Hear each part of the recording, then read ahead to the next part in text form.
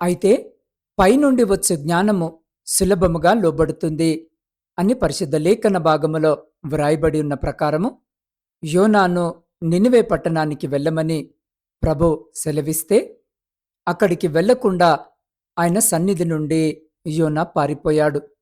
యోనాకి బుద్ధి చెప్పుటకు దేవుడు చేపని వాడుకున్నాడు. దాని ద్వారా ఆయన చిత్తానికి లోబడే విధముగా తన మనసును మార్చి నినివే పట్టణానికి తరలించాడు.